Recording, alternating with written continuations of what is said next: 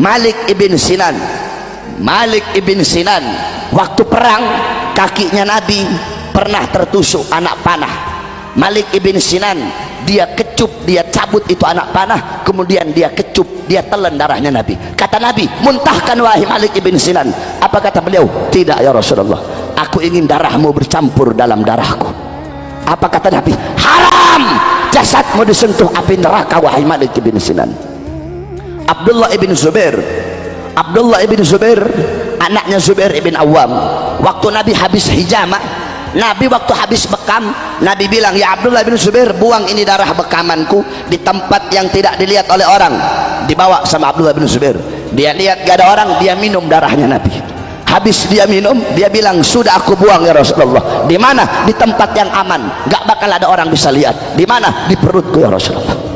Kenapa ya Abdullah bin Zubair? Aku ingin darahmu bercampur dengan darahku ya Rasulullah. Apa kata Rasulullah? Ketahuilah bahwasanya Abdullah bin Zubair haram jasadnya disentuh oleh api neraka.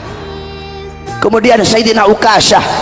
Sayyidina Ukasyah ketika Nabi pulang dari haji wada, Nabi berkata, Nabi Muhammad berkata kepada para sahabat, jikalau ada dari kalian yang aku pernah berbuat zalim, aku rela dikisos. Semua sahabat diam. Ukasyah angkat tangan, saya ya Rasulullah.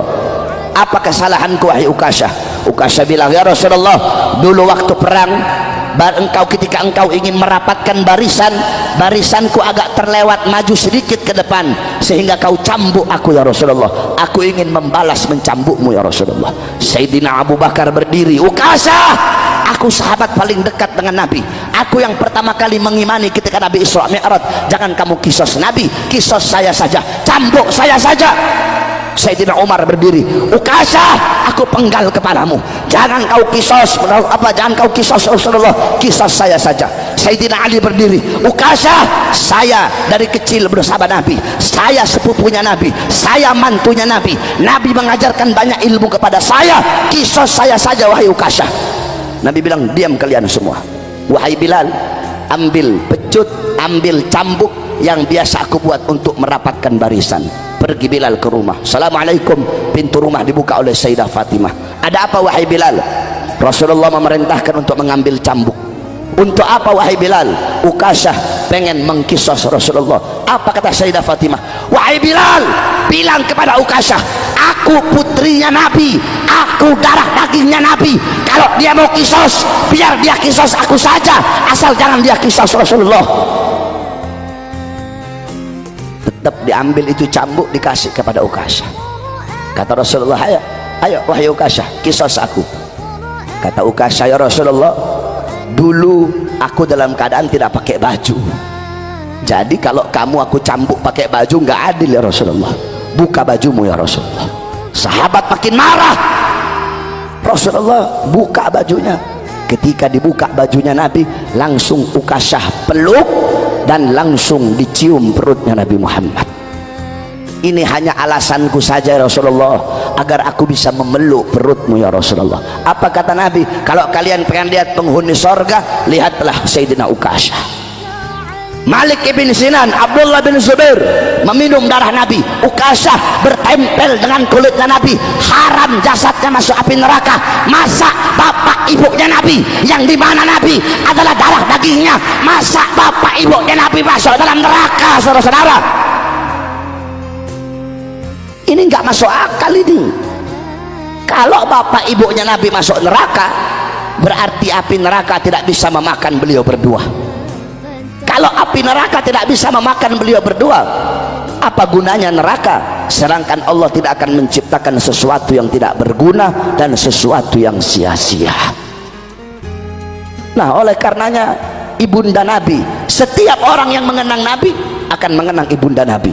Begitu juga para ulama, begitu juga orang-orang soleh. Walaupun mereka telah wafat, tapi mereka akan selalu dikenang selama-lamanya. Al-Habib Abdullah bin Alwi Al-Haddad, beliau wafat 100, 200, 300, 400, ratusan tahun yang lalu beliau wafat. Ratusan tahun yang lalu beliau wafat, tetapi demi Allah sampai detik ini, sampai hari kiamat, beliau akan selalu dikenang selama-lamanya. Tidak ada orang, gak usahlah di dunia, di Banjar saja tidak ada orang dalam satu hari di Banjar ini yang tidak pernah menyebut nama Habib Abdullah bin Alwi Al-Haddad, padahal beliau telah wafat ratusan tahun yang lalu. Tetapi kenapa beliau hidup selama-lamanya?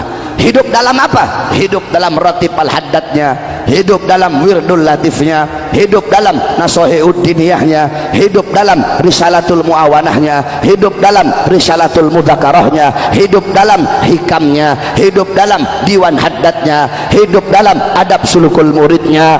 Al-Habib Umar bin Abdurrahman Al-Attas wafat ratusan tahun yang lalu, sampai detik ini sampai kiamat beliau hidup dalam ratib al-Attasnya. Habib Abdullah Idrus wafat ratusan tahun yang lalu, beliau hidup dalam ratib al-Idrusnya. Al-Imam Ghazali wafat ribuan tahun yang lalu, sampai detik ini sampai kiamat beliau hidup di dalam apa? Dalam Ihya Ulumuddinnya, dalam Mukasyafatul Qulubnya, dalam Miyarul Ilmnya, dalam Bidayatul Hidayahnya. Al-Imam Syekh Abdul Qadir Jailani wafat ribuan tahun yang lalu, sampai detik ini sampai kiamat beliau hidup dalam Al-Gunyahnya, hidup dalam Auradul Qadiriyahnya. Syekh Abil Hasan Asy-Syadzili wafat ribuan tahun yang lalu, sampai detik ini sampai hari kiamat beliau hidup dalam Auradul Syadziliyahnya, dalam Hizbul Baharnya, Hizbun Nasarnya. Beliau hidup dalam Mafakhirul Aliyahnya, beliau hidup di dalam Sirrul Jalil fi Khawasi Hasbunallah wa ni'mal wakilnya.